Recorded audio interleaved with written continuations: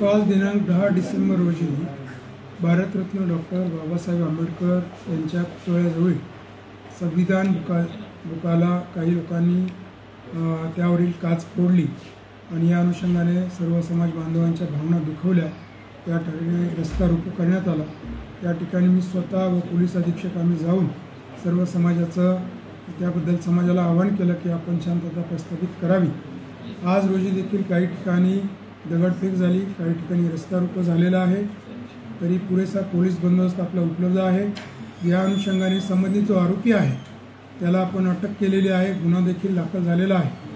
आज जी काही निवेदने माझ्याकडे वेगवेगळ्या संघटनांच्या माध्यमातून प्राप्त झालेली आहे त्यामध्ये प्रमुख मागणी आहे की जो काही आरोपी अटक केलेला आहे त्याला कठोर शासन व्हावं आणि त्याच्या मागे जो कोणी मास्टर माइंड कोणी व्यक्ती संस्था असेल त्यावरती देखील कारवाई करावी अशा स्वरूपाची मागणी संघटनांनी केलेली आहे। त्याचबरोबर पुतळ्याला 24 तास संरक्षण मिळावं, त्या ठिकाणी बॅरिकेडिंग करावं अशी मागणी आपल्याला प्राप्त झालेली आहे।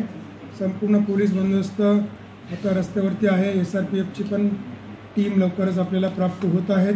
वरिष्ठांना आपण अहवाल दिलेला आहे।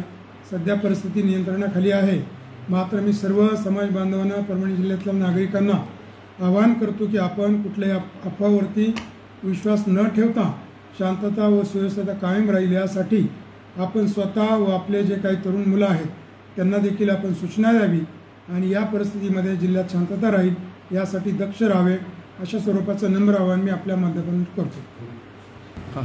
या अनुषंगाने बऱ्याच ठिकाणी जाळपोळ दगडफेक झालेली असल्यामुळे, काही गाड्यांची नासधूस केलेली असल्यामुळे पोलीस अधीक्षक यांच्या अहवालाच्या अनुषंगाने परभणी जिल्ह्यामध्ये आपण जमावबंदीचे आदेश कलम 144 नवीन कलम 163 प्रमाणे लागू केलेले आहेत। तर सर्व नागरिकांना मी आवाहन करतो की या आदेशाचं पालन करावं व जमावबंदी टाळावी।